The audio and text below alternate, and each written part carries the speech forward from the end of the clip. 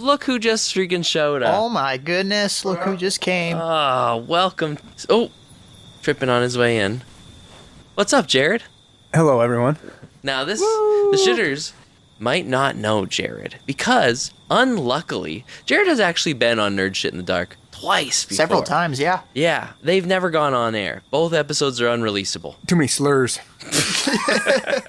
No, what really sucks is, dude, the first episode that you're in is so, like, what we're talking about, the jokes, everything it's good. It's just recorded like fucking dog shit, and there's nothing I can do to fix it. But we finally figured out the audio. Yeah, and now you're here. So technically this is your first episode to, what's out and available for people to watch, even though it isn't for you or us. I think there are ghosts in this house.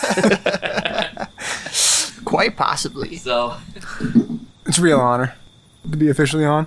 yeah. Yeah. You like it? Yeah, the setup is everything it should be. Right. It's love not. We having don't you on. always record here either. We're in a different location. Like, we have a few different spots, but Like guerrilla recording. yeah. Honestly, this recording that you're at right now is probably the most ghetto we've had of a setup for this show in a few episodes. Truly. Right? Because we had to travel to another location, as we always do. We have to keep things moving so people can't find us. When things are dark, you gotta move. You gotta Yep. move around. You gotta feel around. You gotta feel what's real, what's there, what you can work with, That's right. and that's what we're Like doing. ghosts. Exactly like ghosts. You're picking it up. But yeah, so Jarrod's on for today to discuss. We're gonna get into our new nerd shit, and he's gonna bring us into some of his, and then we're gonna watch The Matrix because Braden and Jarrod have both never seen The Matrix and talk about correct. that. So that's a little intel of what's coming throughout the episode. Right, which I'm sure we've talked about this before earlier in the episode. Maybe. But this is just to let you guys know once again. I guess we'll have to listen back and see how we started. I don't remember. Right. Everything's Yeah, it was so long ago. like I said about Deadpool. There's just so much humor in it that I just forgot a lot of it. Yeah. That's how I feel about the first half of this episode that we recorded right, together. kind of full saturation of the Yeah, mind. before Jarrod showed You guys up. already talked about Deadpool then. Yeah, we did. Yeah. Yeah. We figured since you hadn't seen it yet, it would be good to just get it out of the way before you got here. Yeah. Yeah. Thanks for that. No problem. Don't want to spoil it. No So, spoilers here. let's get into new nerd shit, where we will maybe get into spoilers with shit. But, Jarrod, do you want to start? I feel like as our guest, you should start. Just on the nerd shit I've done recently. Yeah, your new Yeah. nerd shit. Well, it's old nerd shit, but it's new to me. That's the point, yep. Was I played through Elden Ring Nice. Ooh. base game, and then I've just started into the DLC. Have you played? I've played Elden Ring about a total of 2 hours until my game crashed and I didn't do it ever again. Okay. I played about 50 But hours of it. I've seen a ton of things online about Elden Ring, and I've watched people play Elden Ring before, and I've always been interested in retrying it. And I know it's a really long game and very difficult, but yes, Yeah, I think I've been seeing stuff about the DLC online as well because it's been like having a resurgence. People are saying it's I like think- one of the best DLCs that have ever been released. Yeah. I don't know. Okay, I've yeah. literally just started. That's fair. Nos was here yesterday telling me, and he said, like, it is pretty fucking good, and you get Yeah, I don't definitely what you pay for. doubt it. I won't take. I don't remember enough of what he told me to tell you about it. But yeah, go ahead. But yeah, like the world itself, just like if you took all the enemies out of it and just had me gave me a camera and a horse and just go take pictures of things, I'd be like, all right, that's like a this is a good game. Yeah. You get to a new area and it's just like Every time, yeah. beautiful. I agree. yeah, I got chills multiple times. Wow. Some of the I most just- captivating things about the game is just exploring its map, because you can literally It see looks something. huge. Like I just know it's fucking. Some huge. things look to be like miles and miles and miles away, and if you just go, Yeah, there's- you will get to what you're seeing. like Skyrim, Yeah, there's but no in background. but on larger scale. yeah, like way larger scale. And it's also it's so well thought out with the way that they the pathways that go through the world. Yeah. They're all connected. The more you explore, you get to a place and you're like, oh, You start to become I was just there familiarized with the area. looking at this place. I didn't even realize it existed. yeah, that's cool. Yeah. And That's cool. There's a Or lot like- of that. they're that's where I started the game. Mm-hmm. So it's But- very good. It's very good at pulling you into the environment and You can't help immersing it. you. It not only does it very forcefully pulls you into some of the environments. Right. Yeah. Aggressively at times. It feels like you like stepped into a painting. Yeah. That's awesome. Oh my You can god, tell that's such a good way of putting it. You can tell like the artists like really cared about making the world, like just making Totally. without like any foliage or There are places enemies, like just there are places on the map that look like you've gone to a different dimension entirely. Like there are places that I thought I was like, oh, I'm just in like a storm in heaven. No, it's just somewhere like on the map if you just go there. You know, like it's crazy. The imagination that went into I think that's something that people kind of overlook when they talk about it is just like the detail in the map itself. Always So something to fucking draw your good. eye. Totally. Always. Yeah, I said, No matter what you're looking at. I was just in the start area, but it was all pretty cool, even though it was just mostly dead guys about. Yeah. I got to about the first boss, and then my game crashed, and that was all I saw. But I liked what I saw. That's pretty deep in too. I can understand why you were just like, well, Yeah. fuck this. I know there's like a background story, or there's like a main story. the story means nothing. Okay, There is a story. It's very intricate, but Jared's right. Like you're like you don't really know Like, people- what's coming up people next are or what's talking to going you, on. Yeah. You don't give a shit. yeah. It's like there's something going on here, but you're just like, I'm here to play this game. Yeah. It's the Get me back to gameplay playing the game. and the visuals. Yeah. Those, which are, I mean, that's 98% of what you're doing in a game. Is It that could hard? literally be like Charlie Brown dialogue with the It basically and is. then I would be like, whatever, just get it over with, and I'll get So back are to there, fighting. Like, they're like, here's this thing. And you're like, okay. And then you like run through the game, and like 30 hours later, it's like, would you like to use the thing that you got? And you're like, sure. I don't know where I got the thing, but thanks. And then you use the thing, and then later on you like meet the people, and they're like, remember the thing you gave me? And you're like, yeah, I tried to do the thing that I said I was going to do with that thing, but I died. And you're like, all right. And then you get a piece of armor, and you move on. Like, that is the story. Yeah. So ultimately, doesn't matter. It's just It's just No, a fun fucking game. It just- walking through the game is just fun enough, and Yes. finding bosses, Let alone the fights. exploring. Yeah. I mean, everything's so like it's Dark Souls level of competitive fighting with the AI, and it's like it is a hard game just through and through. But I think that's what makes it even more fun is that you know every decision you make could be make it or break it for you. Yeah, Like you can get into a little you have just as likelihood to get killed, not maybe just as, but like a little skirmish can fucking kill you almost as much as like Dude, the a fucking- big monster or a boss. Yeah, like birds and bears. In Yeah. Battlestar Galactica. like you like took that. It's like you killed a god, and then it's like, like oh, was that fucking bird with was that what that was? swords on its feet, just like bust my you up God. in 3 hits. Because whenever I played through any Dark Souls games or when I started Elden Ring, I had no idea what the hell was going on. What or the just, Elden like, Ring? Yeah, or just like what enemy, like the enemies would have names, and I'd be like, okay, I don't know if I'm supposed to know who this person is yet, or if you ever figure out who those people are. They're at You least like do, the I main guess? bosses kind of tie into the story a little better. Like they Right. do a little better job of explaining them when like they're telling the story.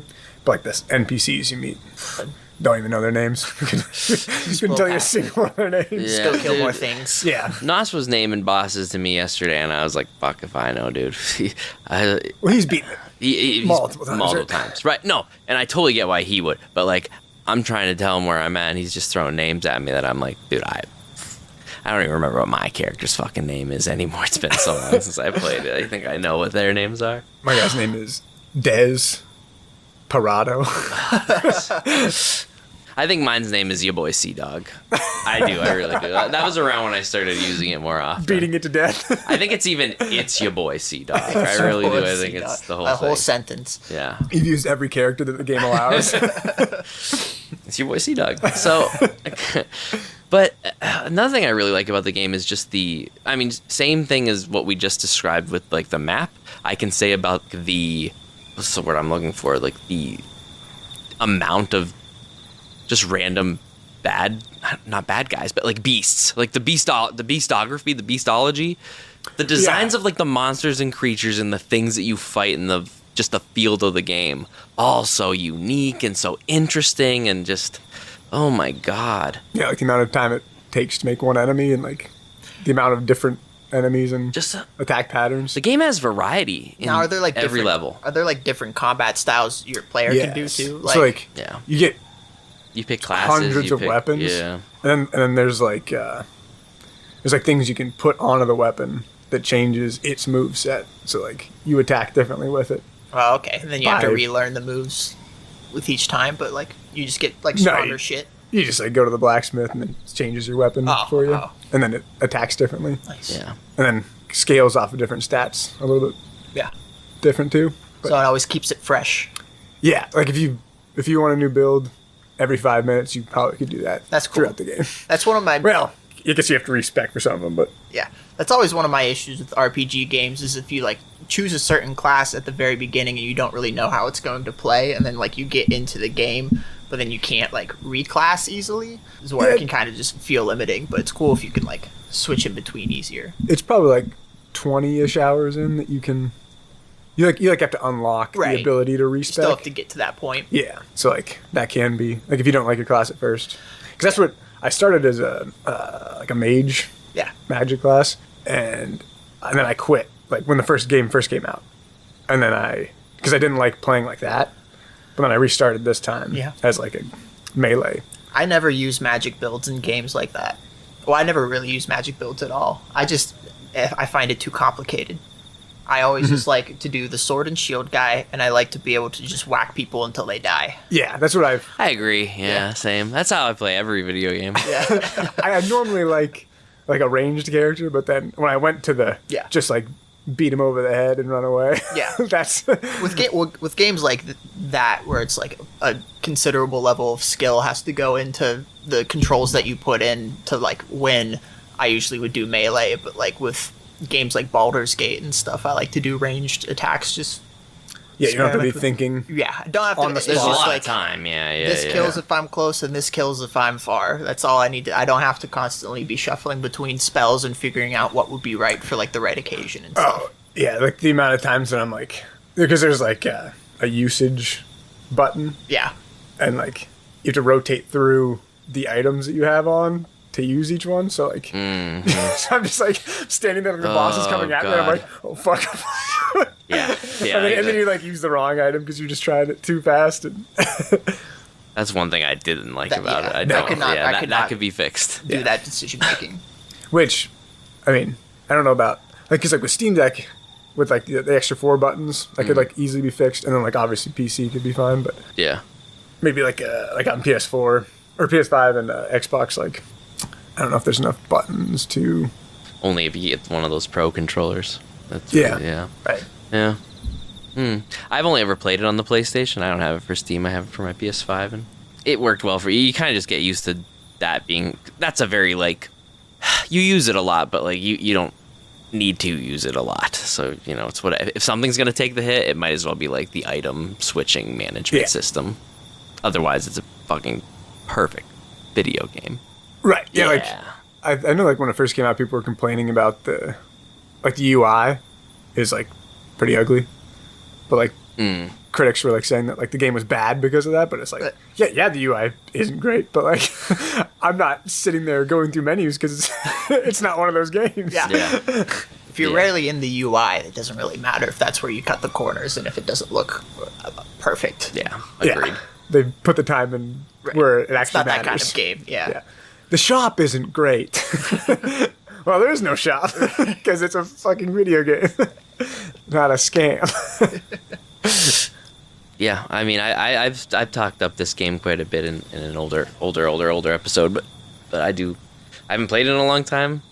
I love it. I still still have as have much it. respect for it today. I have it in my Steam library. I'm just Oh, you already, yeah. Yeah. You already bought the game. yeah. So it's in Definitely my give it Steam another library. try. Like I do plan on trying to play it again someday.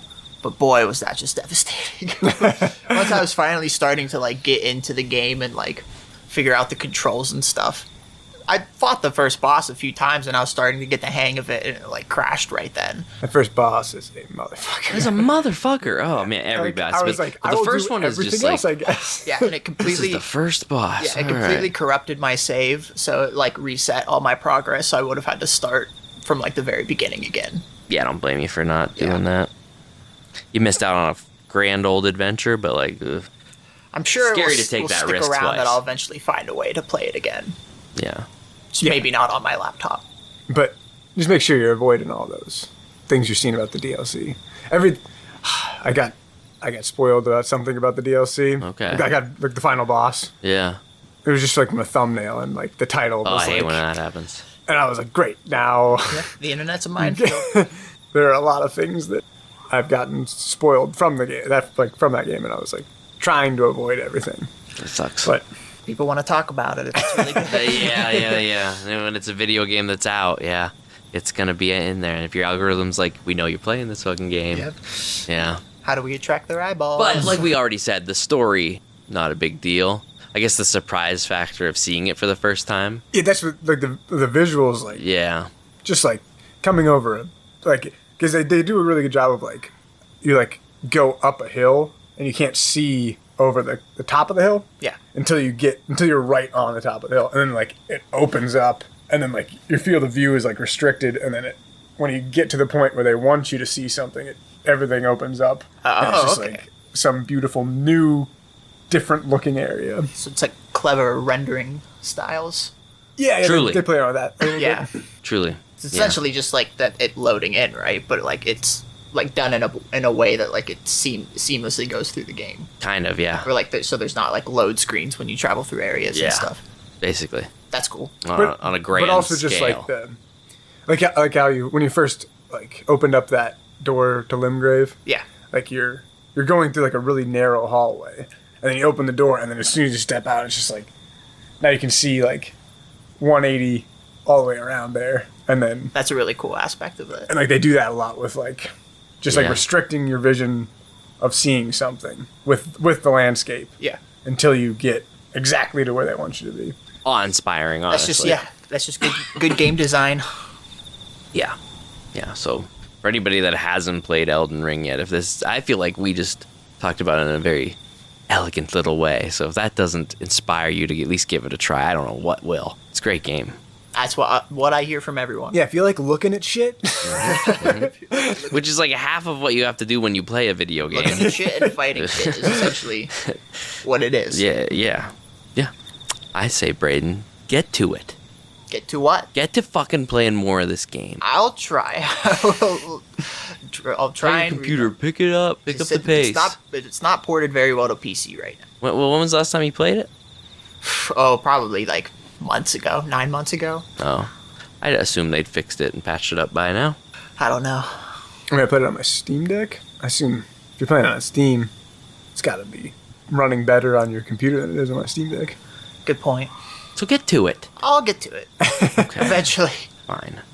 Braden, what's Chase? your new nerd shit? I'm glad you asked. So, my new nerd shit.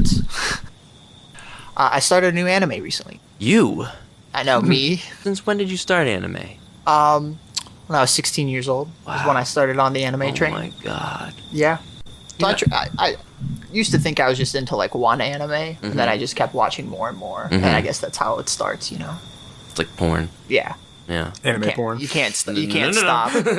Not the anime porn, just the anime and the porn. You Two can different maybe weasel categories. your way out of liking it if you've only seen one anime and never see any others. But like once you start that second anime, that's where it starts to hook you in. So what's this new anime?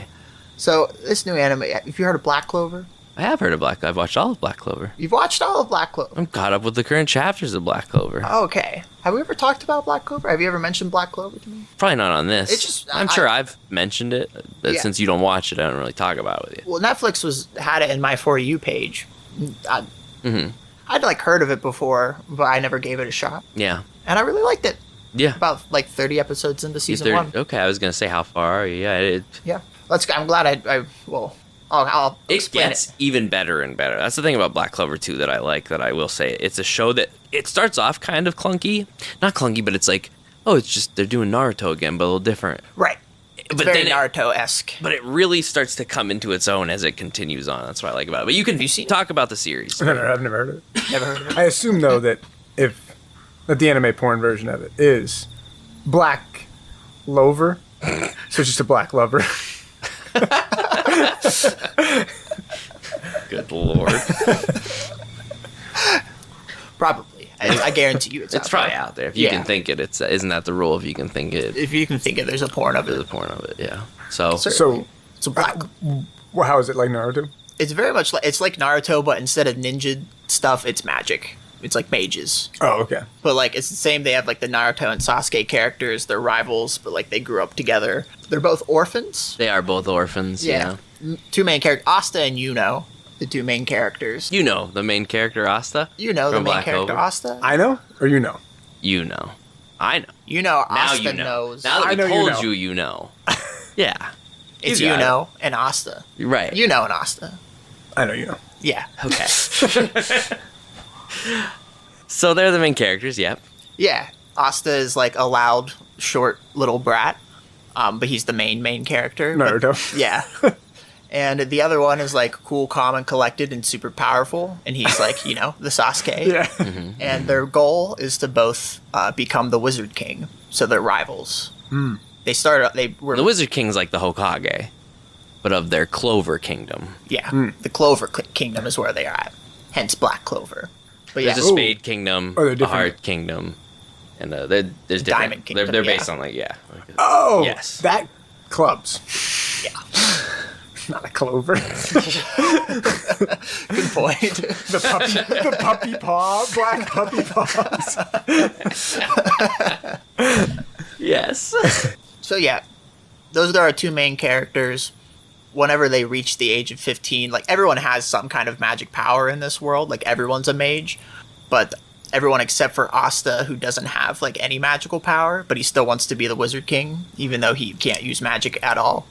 And when they both turn 15, they go to a grimoire blessing ceremony where they receive their wizard books for like spells and stuff. And like Asta doesn't get his, but Yuno gets the four-leaf, Like a really good one. a really yeah. good one, the four-leaf clover, which is like Oh, there's different books. Yeah. Yeah, Like like- most have like 3 leaves. His has a 4th leaf clover. which is like really special, like a sign that he could be the next Wizard King. right. And Asta doesn't get any. So it just depends on who gets to the library first. Well, it kind of chooses you. Like, Yeah, it's it's based like on Harry your Potter kind of magic abilities. rules. Yeah, your you know, innate it chooses you. your innate powers are what get you. It's like their wands, basically. Yeah, Did someone write them though? Like, is it? I don't know if they ever they explain. don't really get into that. Yeah, like they just it's have just- they're spells just and magic, abilities so that they are just like show their up. jutsus. Okay. Yeah. But someone can't, like, someone with a 3-leaf clover book can't learn the spells from the 4-leaf clover book? People can only learn the They can't- spells of whatever kind of magic they got.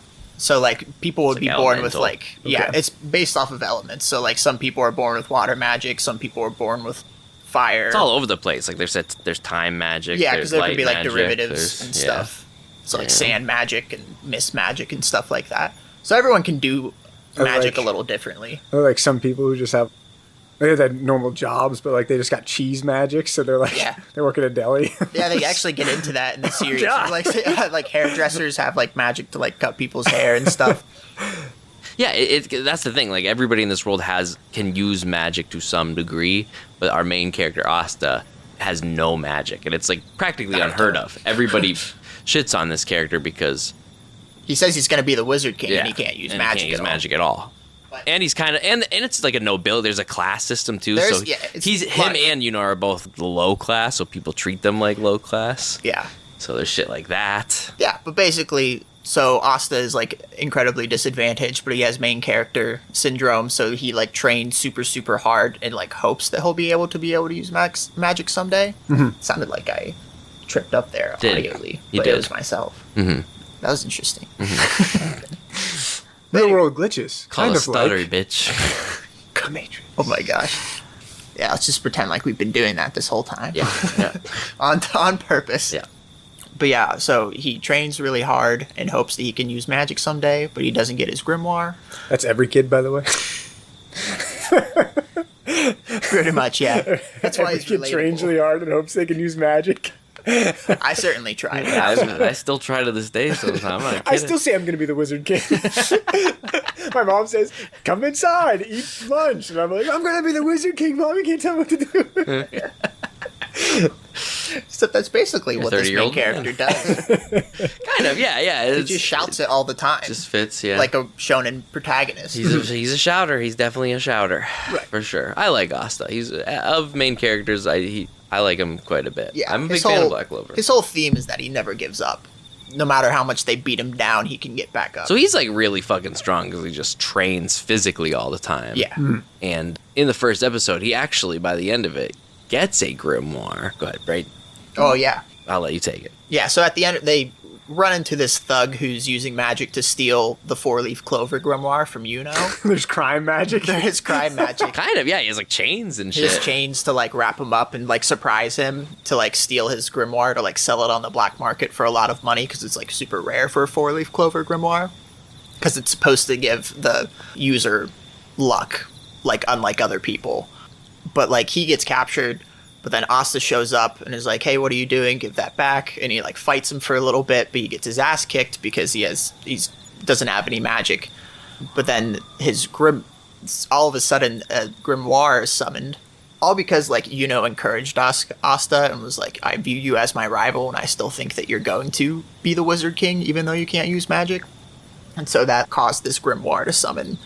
This is the 5-leaf grimoire. Which they say in the opening credit that the fifth leaf clover is a sign of like the devil or something. Yeah, it's like an evil, Yeah. It's like football. basically. It's the devil. Right. Ball. Yeah. Well, 5-leaf clover grimoire. So, whoa, what's this about? What Yeah. happens? yeah, and he all of a sudden gets this big sword that he can summon out of the book, and he slices the guy's chains, and they like disappear, and then he goes and like he runs super fast and slices the guy with the sword and like beats the shit out of him. So like his whole deal is that like he has this anti-magic sword that he can use to fight, and he's like super strong, so you can wield it really well. And So he's like the only person. he's the only that has person who can do that. anti-magic. Yeah. That's why he doesn't have it, because he literally He takes it away. He literally takes it away. Yeah, and he can like sometimes steal other people's magic or reflect it back on people, like shit like that. Yeah. He gets different swords as the series progresses that he can summon that have like different abilities as it Yeah. goes on. And you kind of start learning as the series goes on, you do learn more about their backstory because him and were both abandoned at the beginning of the series. So you're like, what's going on Yeah, there? both So you start orphans, but they're learning not about their related. parentage, why maybe Asta has anti-magic, shit like that as like later on. But So they go into, because like the Wizard King became a thing generations in the past because a wizard fought this demon that was like conveniently the skeleton of this demon was still outside the hometown of the main characters. But he fought this like demon hundreds of years in the past that was like almost wiped out humanity, and he became the first Wizard King because he like had really powerful magic, and so that title gets passed down throughout the generations to like whoever's the most powerful wizard. So it's like Hokage. yeah, it does borrow quite a bit from Naruto, like with its premise and like some of the things, but it really starts coming into its own with a lot of its ideas as it continues on. And Yeah, and I'm a really, big fan. I'm a big fan. I really like the characters. I think this anime gets criticized a lot for being generic or like just being very tropey with the shonen stuff, but I feel like it hits all the points well, and like it does have good characters and Lots of them. lots of them. Lots of them. Good character traits. There's a lot of camaraderie among the characters. How many seasons is this? Or how long? It's like Quite a bit. There's 100-something episodes. The anime is there's like not 3 ongoing seasons on right now. Netflix, but it's like 3 seasons of 52 episodes. Yeah. Each Is the- episode's Quite around a bit of it. around 20 minutes. Is the manga still going on? Yes. So the anime ended a couple years ago because they were too caught up with the manga, so they just. I think they're putting out break. movies now too. There was a Black Clover movie, yeah. Yeah, I think they said that they're focusing on movies for them now. We'll see what happens. I hope that they bring it back because there is quite a bit they have to cover that they should probably just do another anime season before they hit the movie road. But yeah, I like Black Clover. So ultimately, like once they get their grimoire, they can then apply to be in like the court of the Wizard King, and he has what is it, like 12 guards, like 12 royal. 12 squads of magic knights. So yeah, and gets adopted into like the high, like the best of the squads, Yeah, and the ones who are like most likely to become Wizard King. yeah, like the most talented, and then Asta gets picked up very Like a rough and tumble squad. yeah, like the low, like they have the least amount of like stars or whatever to represent how they're like the least favored. He's got to squad. work they're hard. the Black Bulls, and that's why it's called Black Clover. He's a part of this Black Bull group, and they're great too. Like all of those characters are really great. All the squads are all the characters in the squads are really. It's a really good cast of main good guy characters, and the villains are cool too. Characters that you assume will be one note also stick around and have more development as well. Like they all get their moments. There's just a lot of characters, so like each chapter, each episode will focus on like a different character in the group. Yeah. Or some kind of aspect about them. Is it dubbed? Yeah. The dub's pretty good, I think. Yeah, check I've this watched out. it dubbed. I've watched it. Yeah, that's how I watch it. Oh. I didn't like Asta's voice actor when I watched it in Japanese. It was one of those times where he was almost too annoying. Yeah. But the English one, though he can be annoying at the start, it's like, it's fine. He's annoying, but he's annoying like Naruto's annoying at the start. Yeah, and then he just gets better. Yeah. I'd even say he's less annoying than Naruto. But yeah, I got really big into Black Clover a couple years ago, and then the manga is currently on like a new chapter comes out every like once a quarter. Oh, it's one of those. It wasn't. It was in weekly for a long time, and then the guy just was like, I need to, like his health was not doing well. So That's fair. A lot of mangakas write themselves into a grave. Yeah. Yeah, I think it's better that you're taking time to make it good instead of just being like, I got to put something out this week. People are constantly concerned about Oda with One Piece because he works a lot and sleeps like 4 hours a night and chain smokes cigarettes all the time, and they're like, we don't want you to die before you finish. Yeah, we've been waiting for this for way too long. Very long. Yeah. And Black Clover, luckily, is in its final arc. So, like, of all the times that come out only once every couple months, it's okay. It's almost over. I can't wait to hear more about, like, as you continue through the series. I think it takes, like, it stays consistently good, but it does hit a point kind of near, like, in, like, near episode, like, 100. Maybe a little before that. It just gets, like, way better than it had already been by, like, a landslide. Like, there's a twist that happens that's just like, oh, whoa, I didn't see this coming at all. I didn't know this was this kind of a series. Yeah, because I like it a lot, but I could tell that there were a few moments that almost felt filler-ish. At least I've only There's definitely watched the some anime. filler, yeah. But yeah, there's definitely some filler around, like, this doesn't really connect to anything, and this is, like, in between major arcs, so they're just, like, putting in whatever, because I could tell this is one of those animes that were trying to shorten it as much times so they don't catch up to the main series too quickly. Yeah.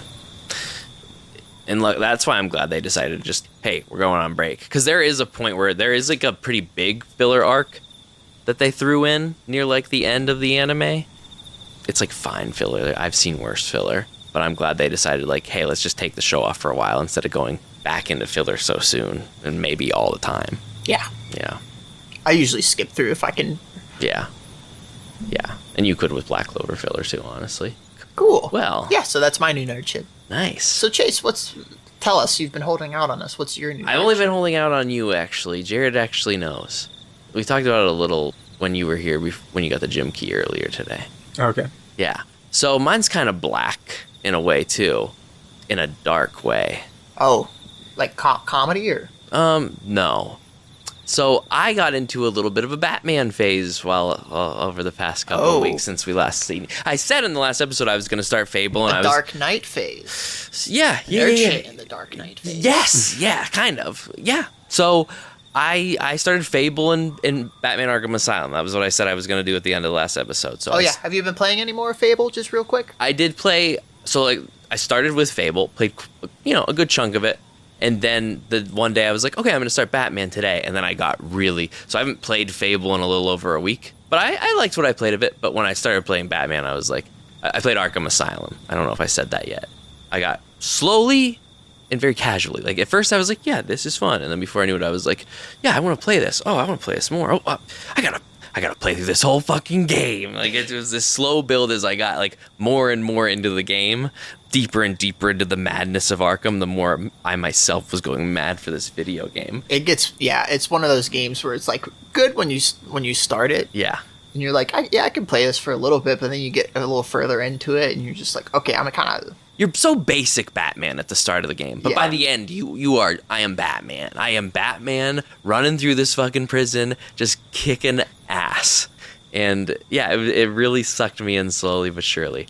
I had a great time with this game. So Arkham Asylum came out in 2009, I think. So it's an oldie, and it's just a game where the Joker basically takes over Arkham Asylum and has the whole night like scheduled to go certain ways with all of his schemes and tricks, and Batman has to solve his way through it. Releases a bunch of old Bat-timey villains who are also in Arkham Asylum in prison, so he has to deal with all them. You get a lot of involvement of not all of Batman's rogues gallery, but a good chunk of them. Yeah, some of the lesser-known ones as well. Yeah, there's a few smaller scale ones that are just like, they're not super involved, but they are at least there. They have like little lore pieces that come up when there's you a fight lot them. of collectibles in this game. Yeah, have you ever played it, Jarrod? No. I can't remember what we talked about. Yeah, it's really. This is one of those games that I want to do like a completionist run of, just because it's fun to find the collectibles because they all have like little lore items attached to it. Yeah. Well, there's like, you can find like audio files of people being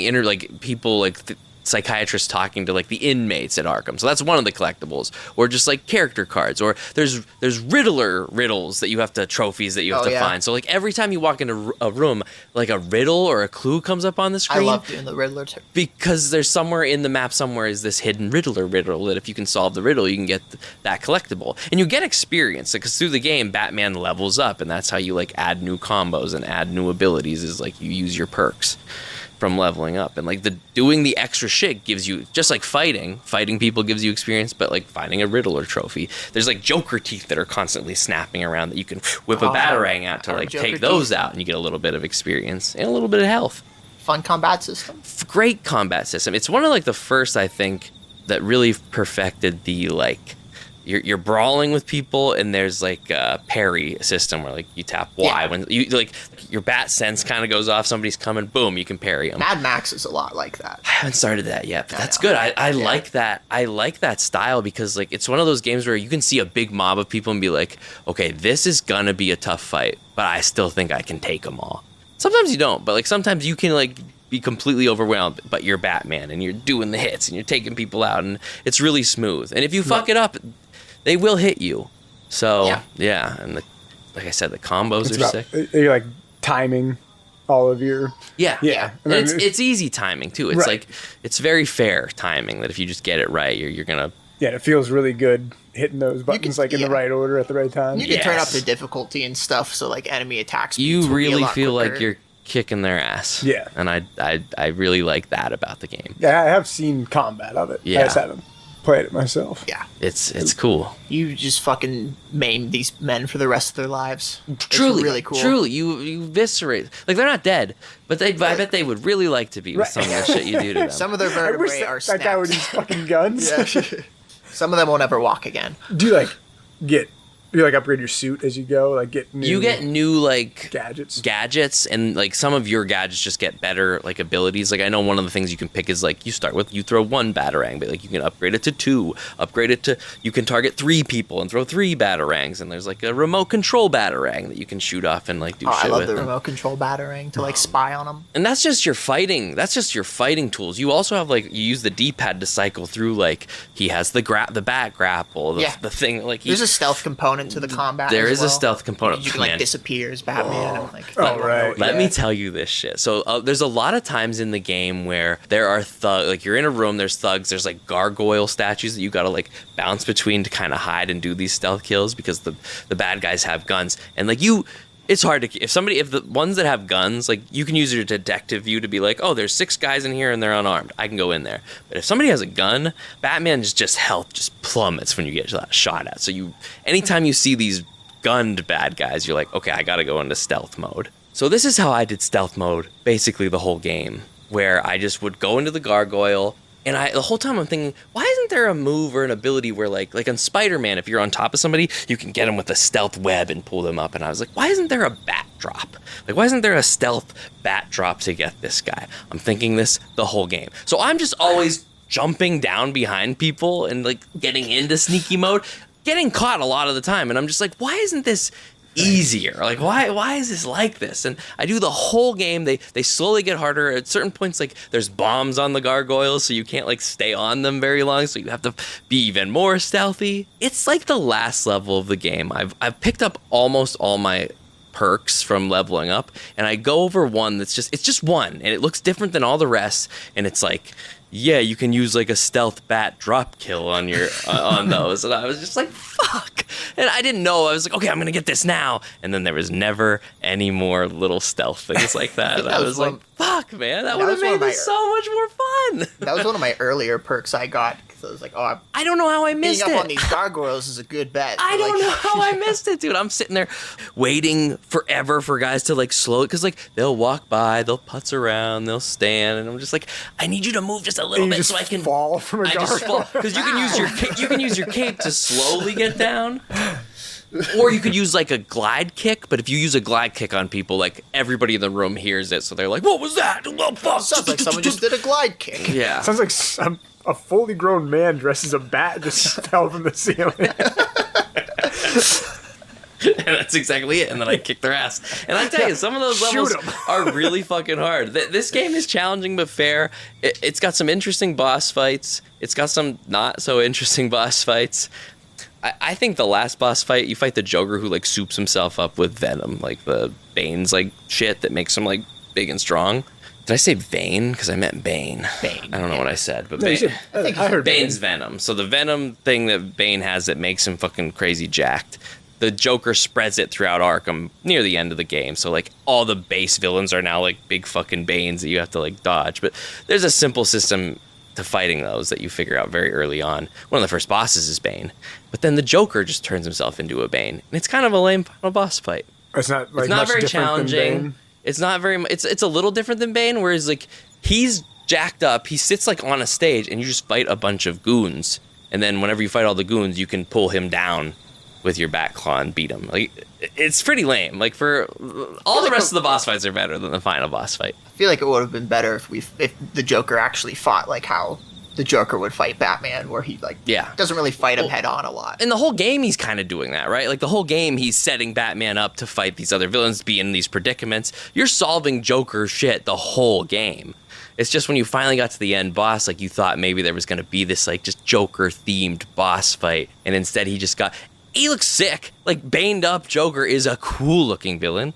But as a boss fight, I was like, I think the boss fight from like 2 times ago was a lot harder than this was. Yeah, I think me trying to kill people with guns in a room. Gargoyle is harder than this. Right, yeah, exactly. And you've already fought big enemies in the game already. Multiple so it's times. Not like it was like a big reveal. Right. You had just done like it. A lot of the villains. Moments prior to fighting, you fight 2 random Bane guards at once, and it's like kind of challenging. But for that one mistake, there's so many cool other boss fights. Like you fight throughout the game, you fight 3 times. You fight the Scarecrow, where you get like drugged by him, and you're in this like crazy scape where like he's this giant monster, and you gotta avoid him and do all these like crazy stealth fights and blast him with like light so that you can wake up. Those are really aesthetically, those are cool. Yeah, and just like challengingly, they're fun to play. So those are cool boss fights.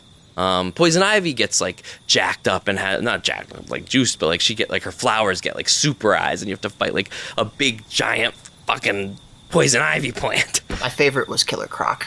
Killer Croc's level was intense. Yeah, it's scary. It's very scary. It's very stealthy. You don't actually really fight him. He just jumps out of the water and charges you, and you got to be ready to hit him with the batarang so he falls into the water. Like that? Like that. Jesus. Ghosts. Gators. Ghosts and gators. Welcome to Louisiana. We got ghosts and we got gators. Yeah, go on. What else did you like about the croc fight?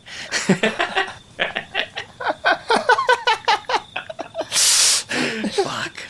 Yeah, it was really stealthy and scary. And he would jump out of the water at you, and you had to run. You had to be really good with the batarang. There's a point where you're scared. You're like really far from a spot, and you have to go like 400 meters without him getting you, and it doesn't save in between. It was a fucking nightmare. Yeah, water shit freaks me out. That's why Subnautica was one of my favorite survival games, because it actually really scared me. Yeah, you didn't know when that motherfucker was hopping out to get you. Yeah. Yeah. Any water-based boss fights always freak me out. Yeah. Where they can hide in the water and get you, and you have to get in the water sometimes. Are you afraid of open water? Yeah. Good to know.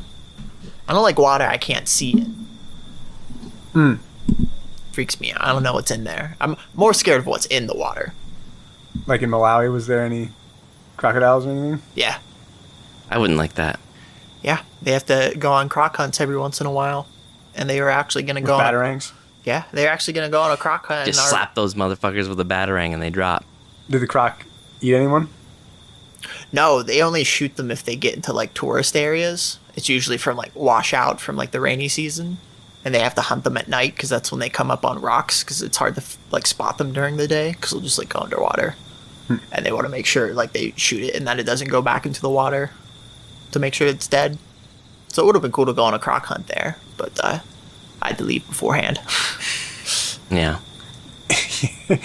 Yeah, you were worried about getting a cold, and Yeah. they were fighting gators. They're like, oh, you get out of here. You're in danger. okay. We're going to go kill these crocodiles with our hands. And a batarang.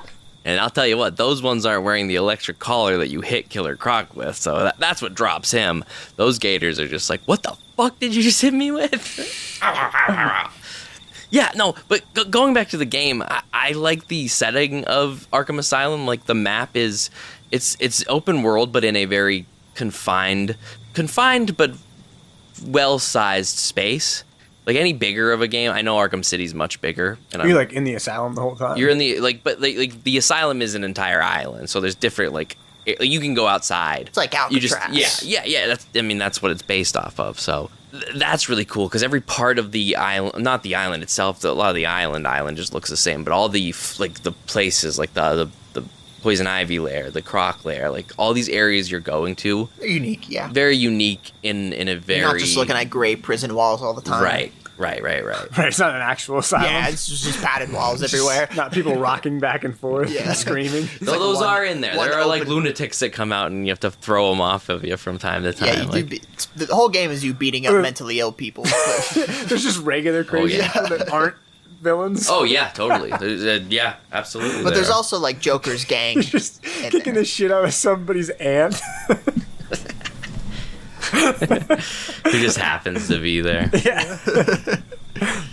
But I think the main villains are Joker's goons. There's goons, yeah. There's goons There's like goons. invade the prison. Yeah. But they're also criminally insane. Mm-hmm. So it really is he's just beating up a lot of mentally ill but criminally insane people. As Batman does. Yeah. So That's his main MO. I had a great time. It's not a super long game. I mean, I beat it, I think, under 12 hours. Yeah, if you don't spend a lot of time doing the puzzles or the collectibles, you can zoom through Yeah. the storyline. And you do like one thing I do because not You only said do. not only are you a like ninja Batman, but you get to be detective Batman for a lot of it. Like there's this kind of like it's called detective mode where you Yeah. can change and everything's like in a blue light and you can see like the inner skeleton of like the people with guns. It's how you see. I had that on the whole game. Like I almost never didn't have my detective view on. I love when like the detective stuff is highlighted in Batman stuff because I feel like with a lot of people in pop culture they don't really even like associate him much with like him being the world's greatest detective. They just associate him as like the rich guy with a lot of gadgets. And you get to be that detective in this game. You get a lot of like detective items that you can use to like check things out. Like there's like the frequency thing that you got to use to take out door codes and shit. Like, Yeah. I love that aspect of the game. Yeah, a lot of puzzle solving, a lot of Ass kicking, exploring the exploring. environment. Yeah. Kind of Metroidvania in a way too. Like there's a lot of the map that like you can't get to. You don't even know you can't get to it until you get certain items, and then you're like, oh, I got this item. I think this item will bust that door down if I go use it there. So there's things like that. Like it gives you a lot of reason to return to certain areas. But there's a lot of levels where you're like go to the botanical gardens, but then go to I don't know like the penitentiary and then back to the botanical gardens. Like you're constantly moving between buildings and places and tracking things, and there's like side quests that tie into the main game. It's hard to even call them side quests. They're built-in side stories for the campaign. Yeah, and the movement system is cool too because like doesn't that also upgrade as you get more experience? Like you can get different like movement sets Yeah. to like just traverse the map like, with your grappling hook and cape. Yeah. You get that thing that shoots like a zip line that you can get through like areas with. Yeah, zip line. A lot of cool items. Can't say enough good about the game. I had a blast playing, and I'm probably gonna put off playing Arkham City for a little while. I like to put some time in between games. I think Arkham City's even better. Well, it's considered. Well, I looked into it. And it's considered like the greatest, one of the greatest superhero video games of all time. I would agree with that. And honestly, playing Arkham Asylum, I'm like, yeah, this feels like a good blueprint for what could be one of the great. At the time it came out, it was probably like one of the best. I actually played Arkham City before I played Arkham Asylum. Oh, that's interesting. Yeah. I rented Arkham Asylum when it came out, and then I got to like the first Scarecrow fight, and then had to take it back. And I never played it until just now, and I'm so glad I finally plowed through it. It's a very fun superhero game. Very fun superhero game. Really fun. It's you can just feel that people that love the fuck out of Batman made this game too. You are Batman. You are Batman. The Batman lore is everywhere. So many Batman characters. Like, I just like reading about Batman characters that I wasn't aware of. Yeah. It's like I'm not a comic book reader much, really. A lot of good Batman comics, though. I would recommend. I know. Right, like outside of the movie trilogy.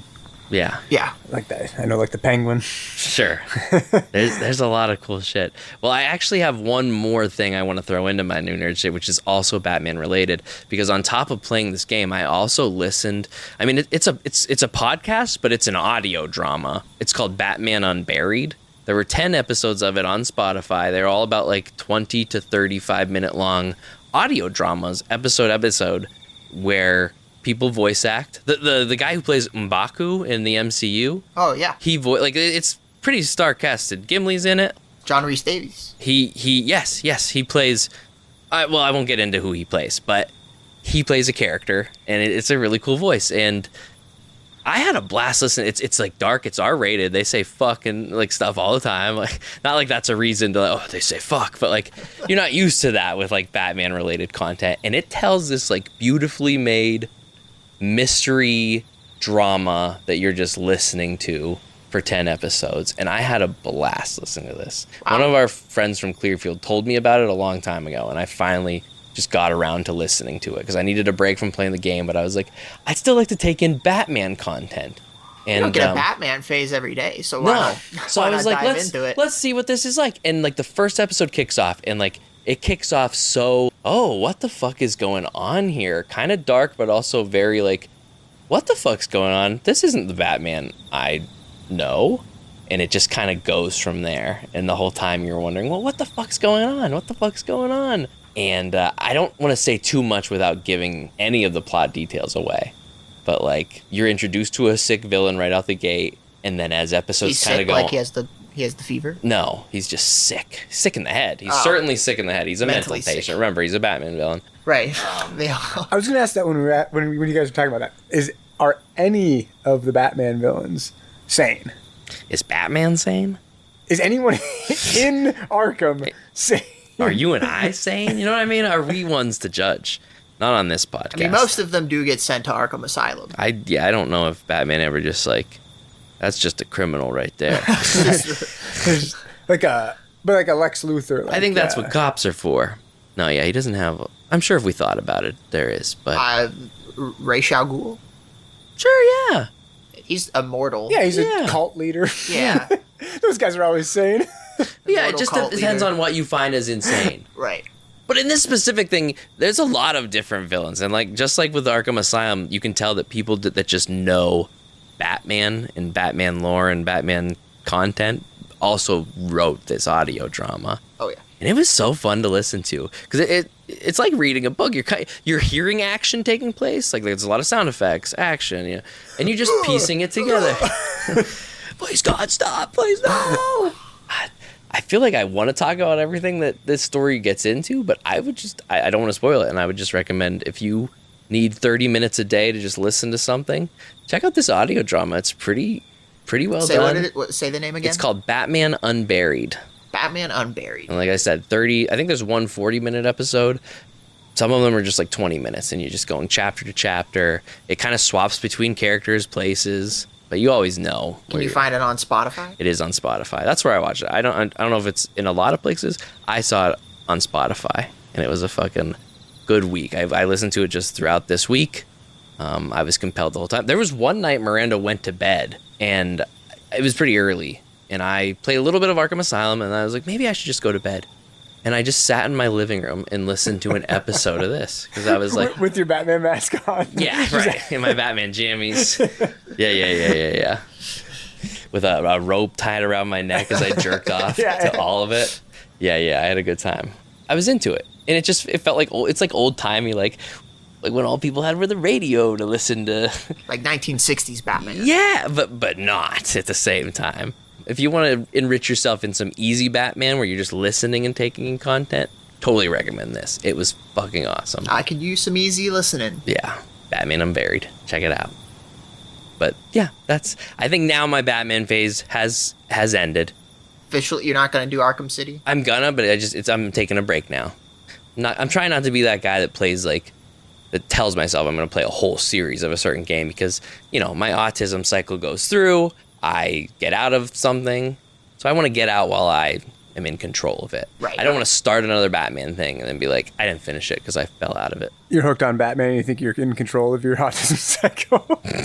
Yeah. I think I at least know how to take control of it. I know how to ride the ride, is what I'm saying. I know how not to let the ride take me too far. But I think these two Batman things were great. It was cool getting into Batman. You're not going to dress up like him and stand on top of your movie theater? No. Though I'd like to, I will not be doing it. Because playing that game and listening to this audio drama made me feel enriched enough in the Batman world. You got your feed. So I'm good, and I'm moving on. I got other things coming up. Can't wait to talk about on the next episode. Got new special interests to get into. Yeah. With that out of the way, though, boys, Miranda, she's here too. We're going to watch The Matrix. Cannot wait. You two for the very first time in your life. And then we will be back to talk about it. What are you looking forward to most? I'm hoping to see scenes I haven't seen before, or to understand the story more, because I feel like I've seen this movie just through cultural osmosis. Right. I'm pumped to get the references. Yeah. Finally. Nice. And actually experience it fully. In the past week, I've probably had 3 Matrix references told to me, and I don't get it. Yeah. Sick. Oh, you will. We'll find as long as they stuck with Matrix 1. They might have been some of the other ones that they referenced. I don't know. I've heard the other 2 kind of fall off. They do, but I still could see them being referenced somewhere. At least 2 and 3. Because they're just, they've been around. Are there 3 or 4? There's 4. Do you think it will unlock our ability to see things in a new way? I think so. It'll be like we've woken up from a simulation. Sort of. To see things that we never got before. Yeah, maybe. After experiencing it was a movie that made a lot of people when it came out think. I don't think it's going to make you think like people did then, for sure. Because it's 90s. But I think you'll be happy to see this movie. I think you'll be glad that you had finally actually watched The Matrix. Yeah. Well then, shitters. Bye. See you soon. Trinity! Help!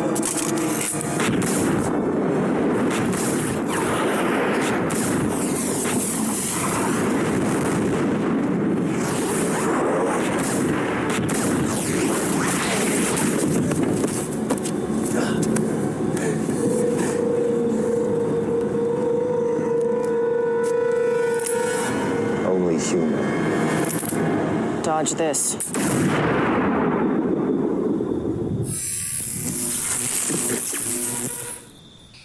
Well, guys, we just got back from The Matrix, and boy, howdy, was it a good trip. movie in 1999. Oh no! Oh no, Jared! No! Oh no! Well, that's not what I was looking forward to hearing. Sorry, sometimes I hopped in there because I know you hate sometimes. You did perfectly. Hopping in there because You you did great. say the same exact thing. You did every exactly time. what I wanted you to do. Thank you. Thank you for doing that. Just some variety. Yeah, that was good. But yeah, The Matrix. Well, okay. Jared just shared his overall thoughts. What about you, Brady? Yeah, I mean, I thought it was- before we dive into the plot and I such. thought it was pretty accurate. I kept trying to put myself into the mind of a viewer back in 1999, having known nothing about The Matrix, of like how I would experience that the first time. But obviously, I know the twist right away. So like the entire build up to the point where he figures out that he's in the Matrix, I'm trying to imagine it as like, how would I view this movie if I had no idea what's going on? Mm-hmm. And I would think it would be a little silly until it gets to the point where they actually, like he wakes up out of the Matrix and it's like futuristic. I'm like, okay, that's a good that's a good hook that would have hooked me back then. Like it's silly because none of it's real. Yeah, but it didn't hook you now. No, I enjoyed it for what it was. Okay. Yeah. Interesting. I don't think I could have ever fully appreciated it to the extent that like audiences when they first saw it appreciated it because it was like new. Right. But like I know all the parodies and all the things that make fun of the Matrix and all the references and stuff. So whenever I saw it, it was like I couldn't take it seriously, which I think those moments would have hit hard if I knew nothing about this movie, which is kind of impossible in today's pop culture. Wow. Damn. So it was a good movie, What a way to look at it. but I couldn't enjoy it to... As somebody who is on the other end of that spectrum, being Right. that I saw this movie in 1999, I see the memes and I'm like, and all the references, and it's like, I laugh at those. I don't take those seriously Right. because I saw it, Well, I don't take first. the memes seriously. No. But it's more so it's just been memed so Right. much Right. that you think of the memes when all of the When they're all of it- happening. yeah, instead of just thinking of the scene. That's fair. Yeah, it is kind of sad that we had to experience it so vastly different. But did you still have a good time watching the movie? Oh, definitely. It's Yeah. like Yeah. Are you glad I do you think that it would have been a good movie had I not known every major plot point Right. before going into it. Wow. Yeah, that's fair. And if movies stories have gotten a lot better, like at like telling stuff. Like Yeah. there was a point where when he was going out on the catwalk, and he was just like saying out loud what he was thinking, and it was like, what are you doing? Like just show that emotion. You don't need to describe what he's thinking. Yeah, and they This is scary. Oh no, I don't know if I can do this. they needed to throw in a forced romance in there that like I didn't see any chemistry between him and Trinity. I don't think they needed to like be in love. No, they needed to be in love.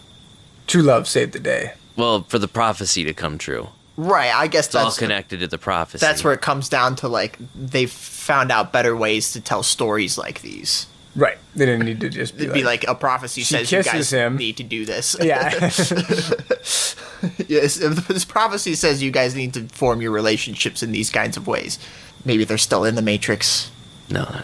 Oh. Yeah. I really thought that the movie was going to end where he woke up sleeping on the computer and it said, "Wake up, Neo," and he wasn't going to know which was real. Yeah, I think that would have been a better ending. Oh, no.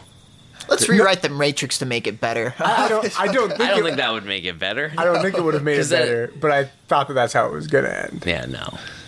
When I No. It's going for more of like a fighting against the system. You think they would type of question ending. if they're like if any reality's real? You know, I guess they Right. kind of touch upon How do they know that they Yeah. aren't only one level removed? Right, because like that one guy even said like maybe like I don't think this reality's real, which could be entirely possible based off of what they know. Just believe, I suppose. Yeah. Just think like, okay, this is already pretty fucked up. If it gets any more fucked up than this, I don't want to know. We're just gonna fight for making this better. Yeah. Yeah, something along those lines, I would assume. Braden, why don't you explain the plot of the movie The Matrix? I like when you explain a plot, and especially to a movie that you've just freshly seen. So why don't you Yeah. describe it to the shitters who may also want to go on this journey with us? Full spoilers of 1999's The Matrix. Yeah, so it doesn't take too long to get going. It's stars Keanu Reeves as Neo, which is the alter ego personality that he goes by because he's also a hacker, along with his day job for like being a software developer. But he keeps noticing that something's not right, and then the movie kind of tells us that he's been searching for this guy called Morpheus, and we don't know why yet. But he doesn't really know why. But he just knows that he's searching for this guy. This girl named Trinity shows up into his life and is like, hey, I know what you're searching for. Like, just follow me. And then, like, he keeps, like, thinking he's in a dream and keeps waking up, remembering conversations that he had the previous day, but not remembering how he got home or, like, got into bed or if that, like, any of it was even real. Until eventually he finds out that it's not real and that he's been living in a simulation his whole life. He gets pulled out of the Matrix simulation after finding Morpheus in the Matrix, and getting offered the famous red pill, blue pill scene, where if he takes the red pill, he'll wake up to the true reality of things, and if he takes the blue pill, he'll forget everything and like be returned to the program, like he, live out his life in the Matrix, unaware that he's in the Matrix. Yeah. Yeah, and he chooses the red pill, obviously, Gotta and keep the movie going. yeah, got to keep the movie going. He wakes up, and it is, they think, around 2199. So this movie, The Matrix, takes place in 1999, but it's actually 2199, 200 years into the future. AI has taken over, because of course it does, and They knew it in 1999 to put in their movies. yeah, and they just have breeding happening right farms now. of humans, and they eat humans, or they eat the They biofuel. live off the energy that humans give off. Yeah, the humans, I guess, give off energy when they're all plugged into the Matrix, which they're all just like in these little goopy pods stacked on top of each other, powering these towers. And yeah, they have to grow humans pretty much for a power source. Along with nuclear, they were also like, and there's also a nuclear power source. Yeah. That is also like, it could have just used that. They need the people. Yeah. I think it's implied that humanity nuked the Earth, because the Earth is like completely destroyed, like all the cities are destroyed. Yeah, they cut off the sun. Yeah, they blocked out the sun somehow because the robots initially ran on solar energy, Right. which I didn't know if they were ever going to touch upon that again, like if that was going to be a plot point later on, but they don't, at least not in this movie. Well, Well, that's, it's transferred from solar to Right. human. yeah, Right. The humans give off the energy that, I guess Gives that just them that explains solar why the energy. Earth is so shitty. right, still fucked. Yeah. It's still fucked, and the robots don't care to fix it because they don't really need, They could, though. Not when they can they harvest could, humans. but they don't. They won't. They won't, because They're they're harvesting actually the good humans, yeah. Yeah. But what are they doing? The only robots that were out in that world were the ones that were trying to kill them. Yeah, like what do the What robots are the do? robots doing I besides don't know, man. Am I harvesting? meant to understand what AI overlords want? I don't think I am. I don't think does a ant wonder what I'm thinking or what I would do? I don't know. So they need humans like If they conscious. made a movie about you. Right? They need like our brains working. Yeah. Like they need us to like think we're living out a life in order to get fuel from us. They can't just like keep us in a coma where we can't think of anything. I think they talk about how they see it as them trying to be humane in a way and still Right, because they mention they're like they want to see themselves as nice overlords so, by Yeah. giving us this. they're like but the really new they're- custodians of the earth. Yeah. Even Yeah, though yeah. they don't clean it up. Right. Yeah, they could clean it up. Yeah, and they don't. They just have And these. then that would be humane. They just have these weird, ugly human pod spires that they built. That appears to be the only thing they've actually built. Yes. Hard to say. You don't see too much of it. Yeah, I liked how we saw a good amount of the future, but we didn't see too much. Like, Yeah. We just got an idea of what was going on, but they didn't like go full on. This is a future movie. Like it's a Matrix movie. Yeah. Most of the action happens in the machine. I find it to be a very like their own take on old kung fu movie chosen one type of storylines, but with a futuristic sci-fi twist. Right. Yeah. Which is what I really like about it. It's the hero's journey story, but told in this very awesome kind of mashup of genre methods. Yeah, very much as a Mixed with like a I don't even know how to describe it. A movie that at least in 1999 made people think type of message. Like, are we in a simulation? yeah. I was also imagining like people from 1999 having existential crises after this of like, are we in a Right. simulation? Right. People that have never been on a computer being like, what? Yeah, Like, that's the Exactly. first time they saw a computer. They're like, that's entirely possible. Totally. As once again, and I was just a kid. I didn't have existential thoughts, and I was still like, You were just a kid. I was literally a child when I saw this movie for the Yeah. first time. Yeah. So go on. Yeah. So like they're looking for a chosen one, and they believe Neo is it. I think they kind of go into why they believe it's him, but it is. It's him pretty much. They're unsure if it's him, but there wouldn't be more movies if he wasn't the chosen one. Yeah. Yeah. It's a very like belief based system type of movie. Like Yeah. the message is these people just believe in a god, and A lady they're rewarded. making cookies told them. Right, yeah. That's why. They don't really explain her too much either. They just mention that she's been here since the beginning. I kind of like how they didn't explain a lot of things. Mm-hmm. Kept the mystery alive. Or really anything. Or really anything. They did not explain. Every time that something came up, I was like, I wonder if they're going to answer that. Yeah. And then they didn't. Yeah. I mean, a lot of it comes down to there was a prophecy, and he's the prophecy. Like, everything the prophecy says is going to happen, and that's just how the story's going to go. It's like he's the chosen one, not because he's like anything special. It's because he's the chosen one. Because besides that, it's just Keanu Reeves. I mean, yeah, that's kind of the Like, he point. shows He's the bravery. reincarnation of the original. It's a reincarnation cycle. Right. So So, like, when they melt down the human to, like, inject into the new pod, is that just, like, whoever gets that pod? Oh, so is that how he reincarnated? Like, when they were saying they were making new humans? Yeah. Like, whenever somebody dies, they, like, Yeah, they- liquefy them and And then feed that fill their to, tank. to a new baby. Yeah. So I assume that that's how the reincarnation cycle. That would make sense to me. there we go. Yeah. Boom. It's a movie that's supposed to make you think about it. Because again, they It don't doesn't tell you everything Yeah. because you can think. Look at us, we solved it You right here, come right up now. with the answers because But we you're right. don't want. As somebody who's now this movie's been out, a lot of this shit has been answered.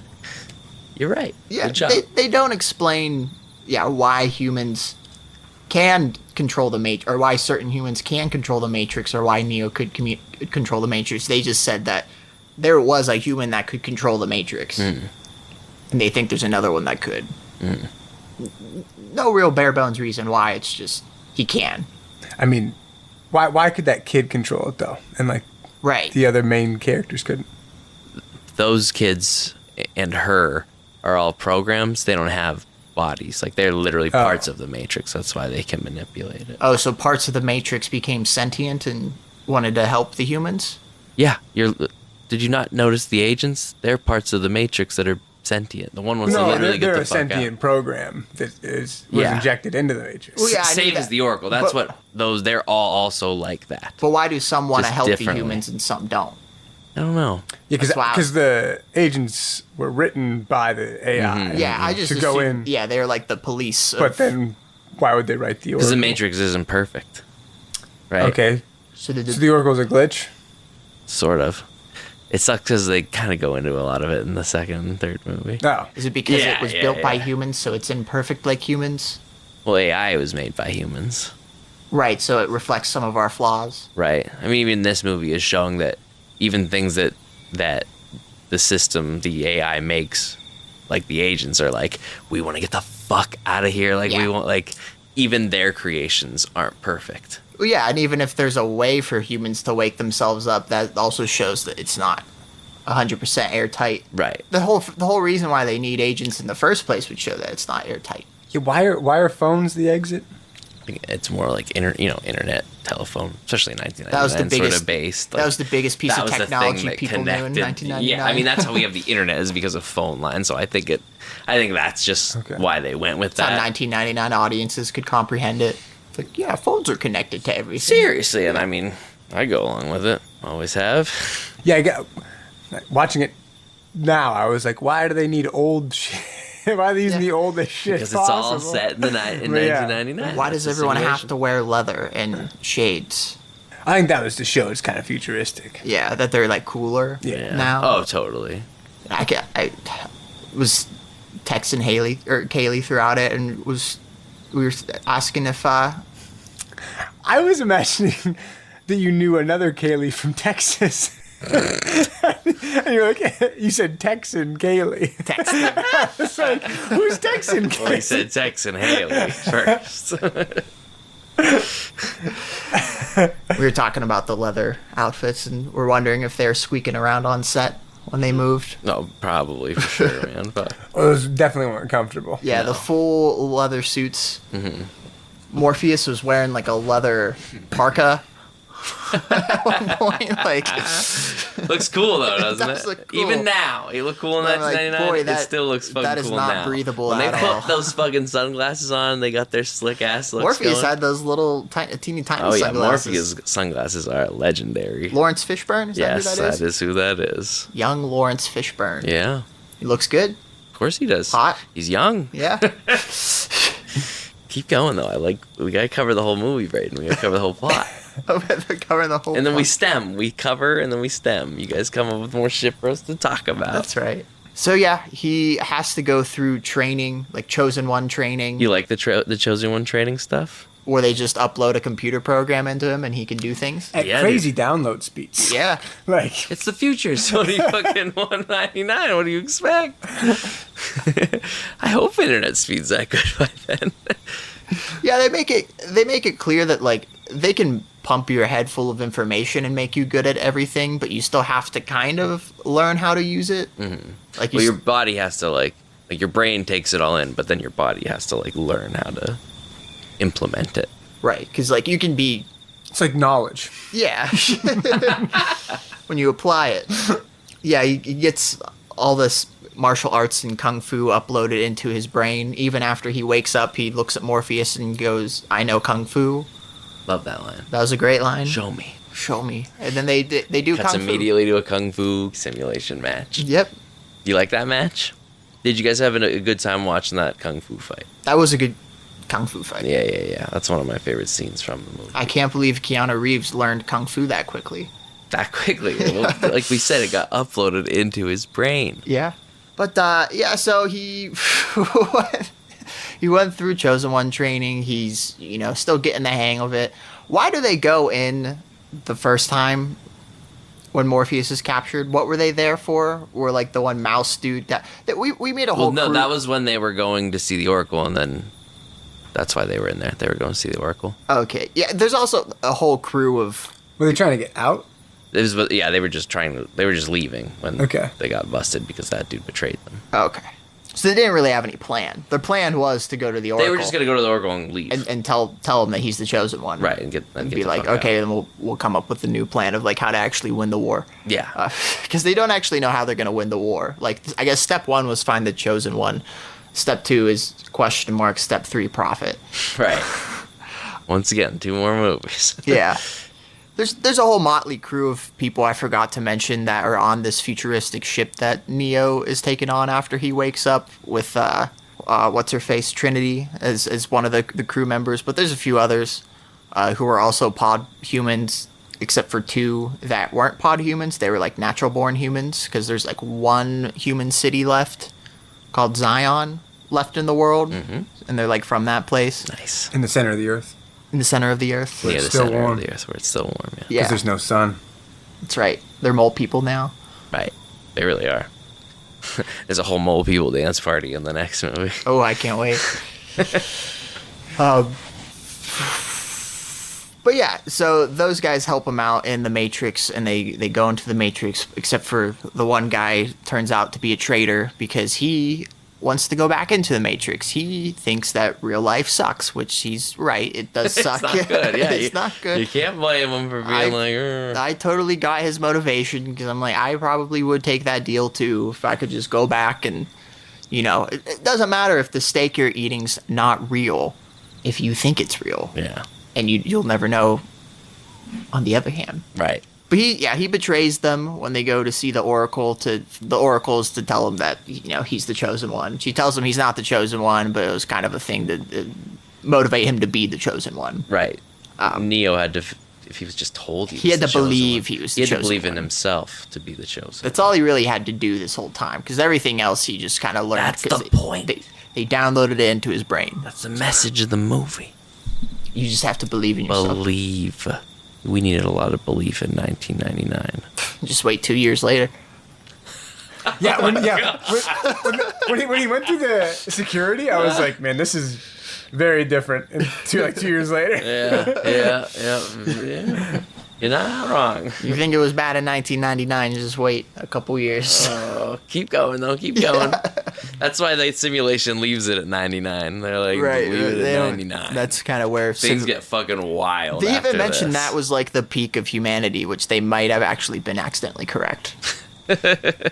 Little did they know, but that's not what we're here to talk about. Yes. I saw a thing where in one of the Saw movies, he's like got a beeper that like, or a cell phone that he answers that like that has the date on it.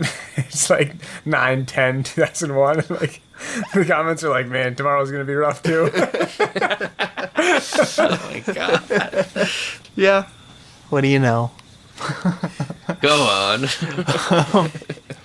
But yeah, they so the one guy betrays them to Agent Smith, who's like, we mentioned the agents are these sentient programs that are just essentially police of the Matrix, and they find anomalies in the Matrix and eliminate them. Threats, yeah. The guy betrays them to Agent Smith in order to get put back into the Matrix. He gives up Morpheus by ambush, where they ambush Morpheus and take him out. Neo just barely makes it out. The one mouse dude who had like one or two lines, he's like this small little guy, died right away. And then he kills the other two goons. Or he wakes up from the Matrix. Ajax and Switch. Yes. Yeah, he wakes up from the Matrix, ambushes the two natural-born humans that don't go into the machines, because I don't think they like to go into the They Matrix. can't go into the machines. Or they can't They go don't into have the any other plugins. That's yeah. right. So They're they like natural. are like the guy in the chair that like guide people through the Matrix. Right. He kills those two guys, and then goes to kill Ajax and Switch, where he just pulls their plugs out without rebooting them first, which just essentially kills them. Mm-hmm. He goes to kill Neo, but lo and behold, one of the natural-born humans actually wasn't dead. He shoots him and supposedly kills him. We never see him again. Yeah, he kills him. Yeah, so he kills him. Wakes Neo and Trinity back up, and then they come up with a plan to save Morpheus. Neo starts to believe that he can actually do it. They go back into the Matrix, get into a big gun battle with all of the random humans who are still inside the Matrix. Think of the gun battle in the opening at the door? That's one of my other favorite fight scenes.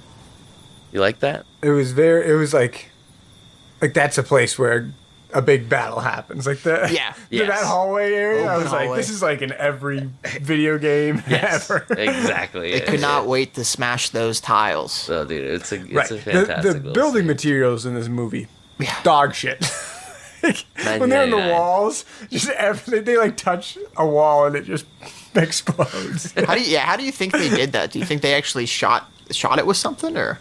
Like when they filmed it. Yeah, because it looked like they were actually being destroyed by something. Yeah, it's practical Like effects. practical effects. I don't really know. I've never really looked into that. It was very cool. I loved all the bullets on the ground afterwards. Mm-hmm. I like the entrance where he puts his gun bag through the metal detector and it goes off, and then they go to scan It's him. the bomb bag. The bomb bag. The And then guns are on him. Yeah, he Yeah. opens up his leather trench coat, badass, with all of his guns and starts killing everyone. I like that line because I always enjoyed when the cop just goes, "Holy shit!" Yeah. He's dressed to the nines and fucking Guns. nines. Yeah. You've seen the scene. Yeah, it's a great scene. Yeah. And then he kills all those fathers. Yeah, he kills all these innocent guys. Yeah, well, like Morpheus says early on in the movie, like, yes, there are people plugged in, but they're, as long as they don't know the truth, they're also a threat. Like, they don't really matter. Like, they're like nothing. Unless they're the one. Like they could have been, one of those guys could have been Neo. Yeah, but it wasn't. They're just Morpheus robot food. tracked him down his whole life. He was certain Neo was the one. So don't feel bad about all the innocent security guards No. getting shot. They had to die. Did we mention that the agents could switch between bodies of people in the Matrix? Yeah, I don't know if we mentioned that here, but what did you like that? Yeah, I thought that was a cool added extra level I of thought danger. they did some fun stuff with it through them. I love when Neo's running away from them at the end, and it's just like people they're just quickly taking form of the people around Neo. The and old lady with the the old lady knife. throws the Yeah. knife. I love that scene. That's a great. I kind of jumped ahead a little, but yeah, Yeah. they take the elevator up. So anyways, they start blasting. Yeah, it's action galore for the rest of the movie. Totally, yeah. At that point. It's the third act is all just like the heist to get Morpheus back, and then Neo literally becoming God, Yeah. and that's the movie. I I like the elevator scene. I like when they blow it the fuck up. I like that you thought the elevator just blew up. I thought that they cut the elevator and it just explodes, and I didn't connect that it was a bomb in the bag. Oh, okay. And I also didn't see them put the bomb like down there. So I just thought that the elevator just exploded into a huge ball of fire on its own. Thinking that they just thought that elevators would do that. Yeah, no, they planted a bomb. There was that whole. They like showed them getting the bomb out and setting it up and getting ready. What did they blow up though? Huh? Did they blow up anything? Why did they blow up the elevator? I think they blew up the elevator on the first floor to. I think it was just to cause the distraction for the agents that were up there guarding Morpheus. To get them to be like, oh, what the fuck happened down there? We better go check that shit out. Okay. I'm really surprised we haven't accidentally said Morbius.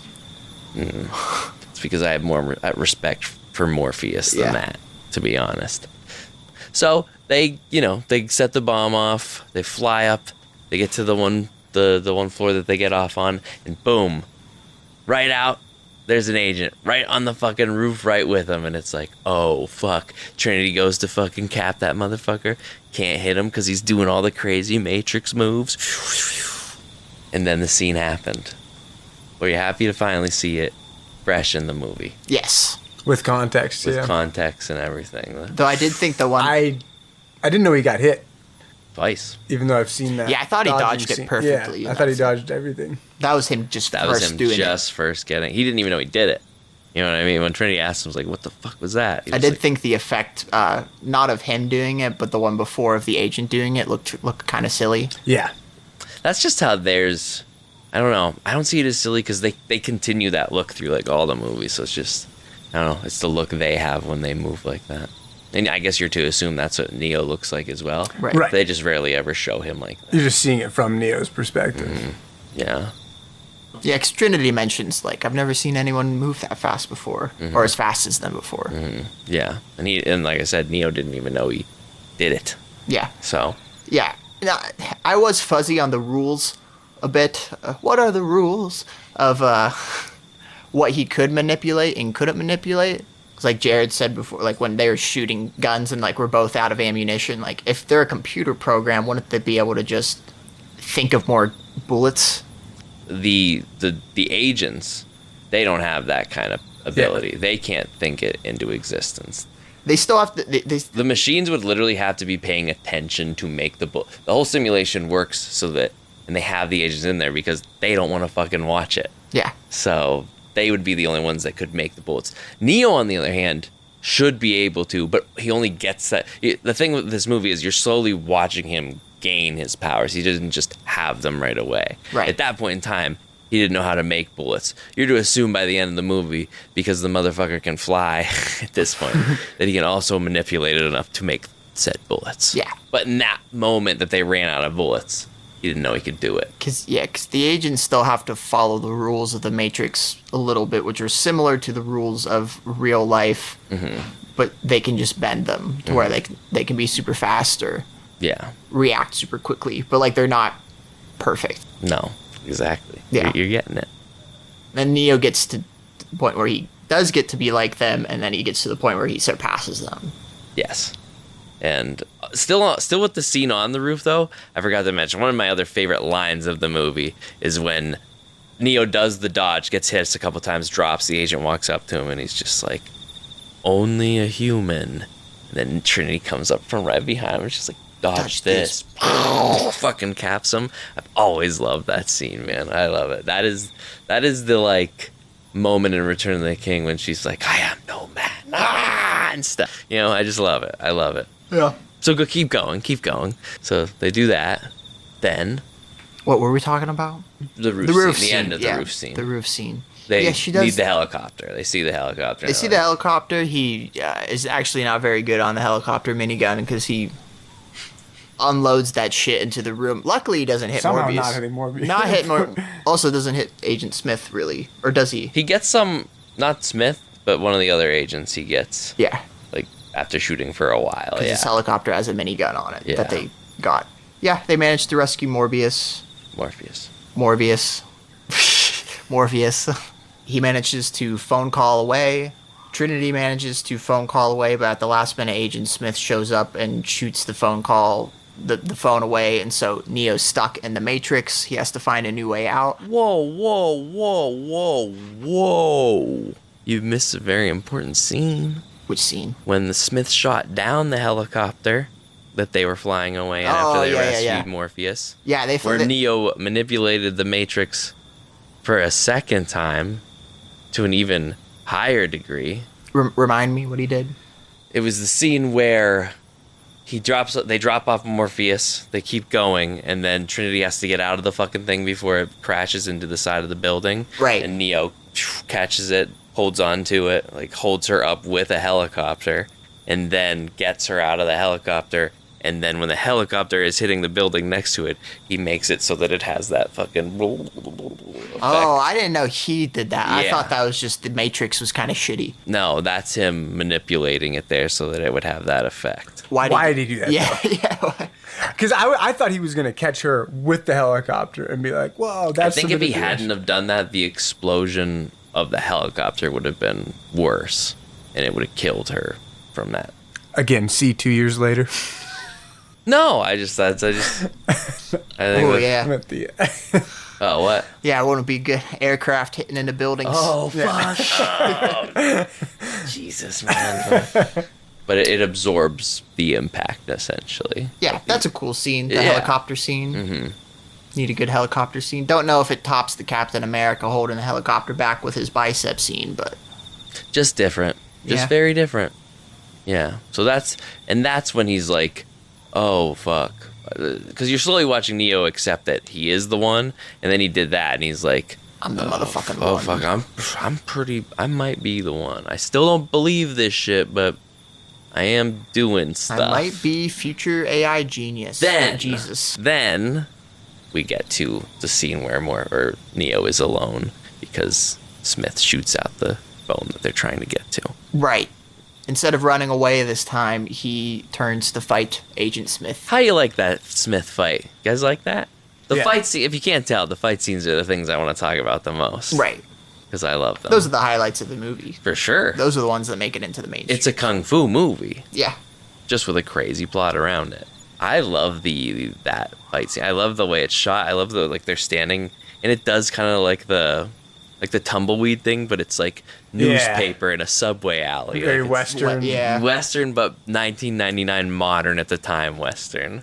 Yeah, There's a guy in a suit, you know what I mean? The agent's fucking in a suit, full suit. It's just a very odd, like you've never seen a kung fu match quite like this. Right. In live action. And it became iconic. And it's fucking awesome. It's a great fight scene. And it's just like Neo is starting to believe in his abilities. He's doing some crazy, awesome kung fu shit, but Smith is just a beast. Like anytime he gets a hold of Neo, anytime he lands a hit, it's just catastrophic. So Neo's still not 100% there, but he's doing something nobody has ever done at this point, which is just like going at least fucking knocking agents' glasses off. right head to head with one of these agents. Yeah, because even Morpheus, who they imply is like the strongest amongst them besides Neo, got his ass kicked by Agent Smith. Mm-hmm. I don't even think it was really close. No, and you're not supposed to think it's like they're supposed to be an unstoppable force. They weaken him up a bit in the fucking next movie, which kind of sucks, but whatever. And then even when he does win, he spends all that time, takes all that damage, Yeah. just to kill him, just for him to be like, I'll just go into another guy. And then it's like, oh, fuck. Yeah. This is going to be a lot harder than I thought. Yeah, I mean, literally the only reason why he does win is because he's the main character, and that's what the prophecy says so. So he's like, okay, I'm God now, you're dead. And initially they fight for a while. There's like a really cool kung fu fight. I forget. Then there's the chase scene. Yeah, he wins. Neo wins the first round because he gets hit by the subway, but then Smith just jumps into a new body again. Right off the subway. I forget. They fight a little bit more. Yeah, it's just Neo trying to run to a phone at this point to get the fuck out. Yeah, because in the real life, the AI have sent robots after them and like found their ship, and they need to do an EMP to kill them, but they can't do an EMP without destroying Neo because he's still in the Matrix, because an EMP, an electromagnetic pulse, destroys all electronics. Was this the first movie that described what an EMP was? Because Maybe. that became a trope for a while. Yeah, when It might have you been. didn't know what an EMP was, Yeah. and they had to explain it in the movie. Yeah, Like, I feel like most modern audiences know what an EMP is at this point. Just 'cause- Anyone who's played Call of Duty in the Yeah. past decade. yeah. Yeah, because I thought it was interesting because, like I said, there's no plan. Like, the entire movie is, like, Neo basically finding out that he's the chosen one. And then, like, you know, I guess I'm assuming the next movie is going to be, how are we going to actually beat the robots? Because all of this was just by accident. Like, the agents were hunting them this whole time, and it was just them trying to get away from the agents. And this was the first time that Neo actually, like, manages to fight back. But his goal isn't to kill the agents, it's to escape the Matrix again. Yeah. He just wants to get out. Yeah. Yeah. The whole time, I honestly think up until he comes back to life, he still doesn't fully buy into the fact that he is the one. It's only after he comes back that he's just like, and he stops the bullets in the air. He's just like, it's like his mind is finally, he's literally reading, he sees the Matrix in its text now, and he can manipulate it. And he just is like, I am the chosen one. What they've been telling you the whole movie is true. Yeah, because Agent Smith manages to surprise him and unloads an entire clip into Neo. And so you think he's dead, He is dead. which he is dead. And then he's Matrix Jesus, so he resurrects himself. Which they do even mention before, like, because he's supposed to have similar powers to the agents, that, like, people have unloaded full clips into the agents before and, like, they've been fine. So that was kind of like, when the guy unloaded his full clip into him, I knew, like, oh, he's going to come back to life. Because that's, like, the next step in his evolution. And then, yeah, he does that cool, like, stops the bullet scene. Like, he could pretty much completely manipulate reality now better than the agents can. Like, what kind of reminds me of, you know what it reminds me of? What's that remind you of? It reminds me of Tower of God. Oh, wow. Because you know how, like, Bomb... Winks at me. Yeah, Bomb as... He says that. Go on. Bomb as an irregular who is outside of the tower and enters the tower means that he doesn't follow any of the rules of the tower. So Right. he can become like a god. Sure. Because he's not bound to the rules. Neo is very similar, where he's not bound to the rules of the Matrix. Others can bend the rules. Neo can break the rules. Correct. And he can do things that it's not even feasible at all for anyone to do, like stop bullets, or fly, or survive being shot a bunch of times. Yeah. All sorts of shit. Yeah. Which is also like, because like the agents didn't survive that. No, they they just have to went. body They hop. went into another body. But by him like telling him that that they survived it, that like put into his head that like the agents could do that. Yeah.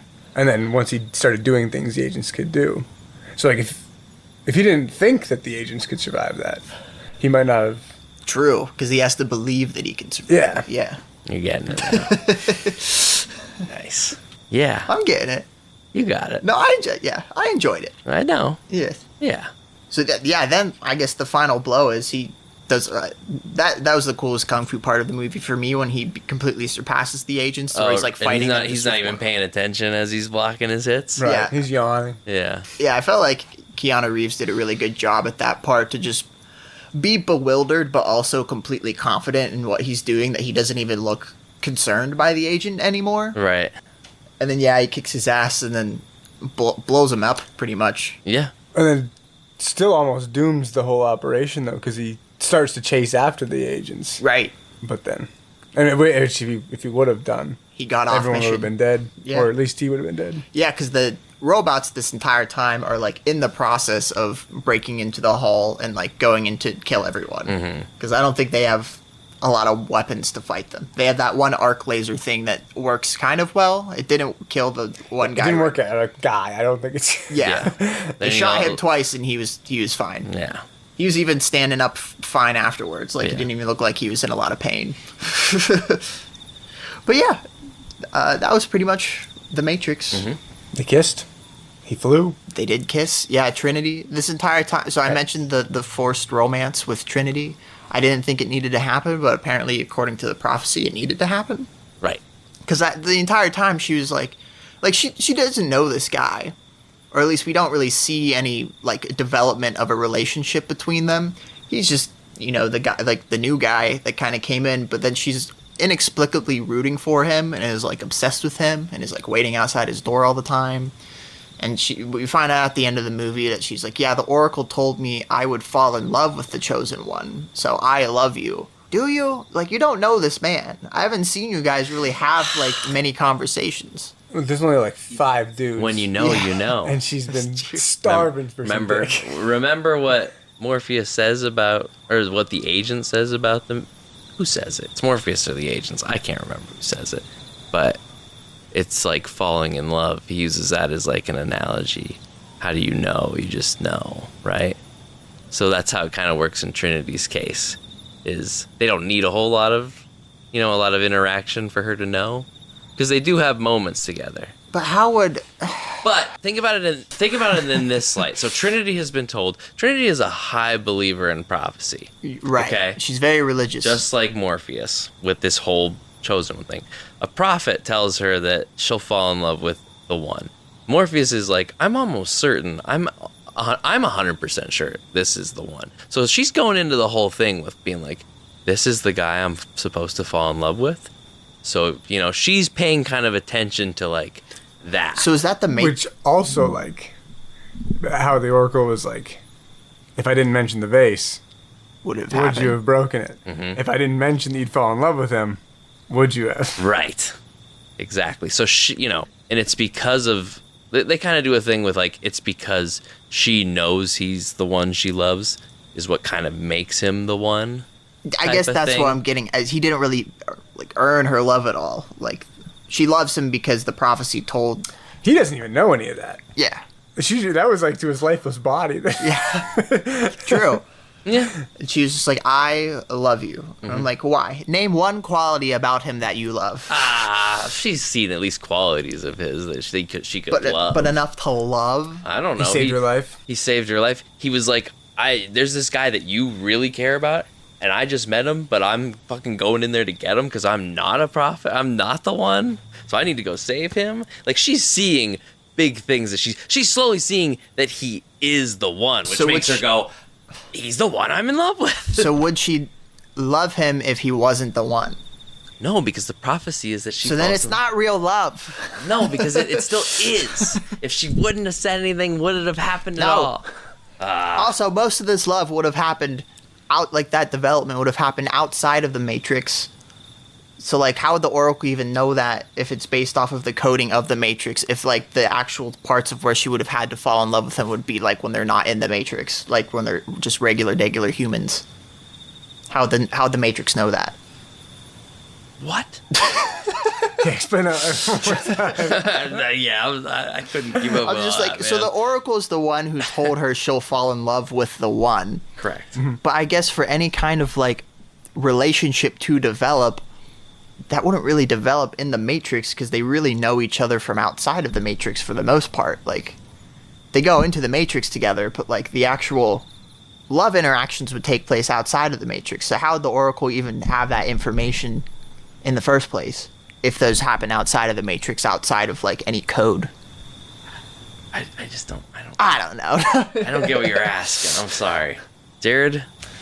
I think you're saying that love only happens outside of the Matrix? Well, I guess I'm just coming back to, like, is it like a code? Like, is the prophecy a like hardwired code in the Matrix? Because, like, the Oracle is getting these prophecies from somewhere, and since the Oracle's part of the Matrix, does that mean the prophecy is like a code essentially? Okay. What if I told you these questions you're asking? Isn't it cooler for these not to be sort of answer type of things? No, I need them answered. Well, then let me tell you, dude. There's 2 really shitty movies. What if I told you get your answers and they suck? Okay. What do you want? Would you rather would you rather stay in the Matrix? I would have rather. Or would you rather go? Give me the goddamn red pill. Do you want to watch the second Matrix movie and get your answers? I would have rather they just dumped the lovers plotline. They didn't need it. They did need it. No, they didn't. They needed it because didn't need it. they needed it because the writers wrote in the plot that in the prophecy it says that they fall in love because they felt like they needed to have some kind of love story in this. even though it doesn't connect to anything. It's like one scene of a love story. Yeah. It didn't need to happen. They could have just been friends. Not in a 1999 movie. They for sure That's what I'm fucking saying. weren't. Like, that's why it's not needed, because this was like Yeah, a product of its time. sure. Every movie of that time has a love story, so it's not a weird thing for a movie to have one. Right, and that's why I'm critiquing that, because I'm like, yeah, that's something you could trim, because that they just threw that in there. I'm glad they didn't. You like the Trinity I do, Neo actually. relationship? I do. What do you like about them? What's cute about them? What's cute about them? Yes, that was that one thing about their relationship. No, the What second makes you movie- think they're really in love? In the second movie, you watched them bang, so they seem pretty in love. Of course with- they bang. Yeah, every person who A bangs guy is in just love comes with each back other. from life, and then some lady's like, "I love you." Yeah, they're gonna bang. Yeah. Well, it's just hard because like you're seeing a beginning of a relationship where I know everywhere it goes from here on out. Is it good? It's fine. Two. Did it? How did you say? How did you describe the next two? Two mediocre, not good movies. Story wise, yeah. I mean, it's not my fault. I'm just telling you, I know the story. So do you think them being together enhances the story? I think it enhances the other two movies. Yes. The two mediocre ones? Yes.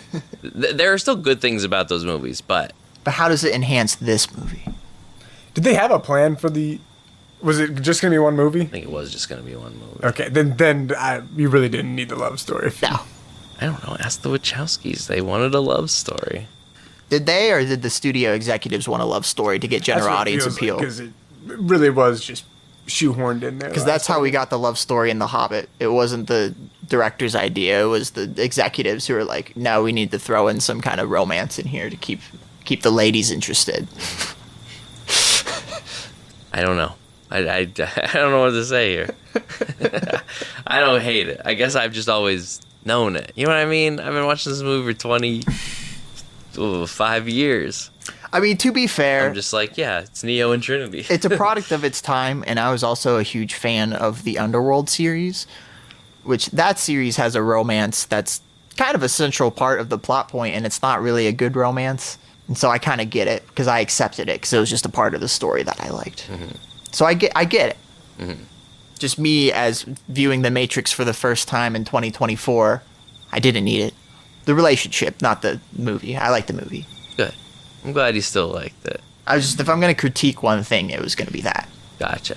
You're chomping at the bit to critique that the whole movie through. I was. I could see him look at me every once in a while when something happened with their relationship. I'd see him in my periffs look over at me like I was gonna be like, what? So romantic. Yeah, it is. So yeah, that was The Matrix. Anything else to add? We covered pretty much everything that we needed to cover. Yeah. The whole plot, how you guys felt about it. It's not the most positive review as I thought it was gonna be, but we'll take it. We liked it. You liked it. Yeah. Nice. For a movie from 1999. Okay. Well then. That's our Matrix coverage. That's our Matrix coverage.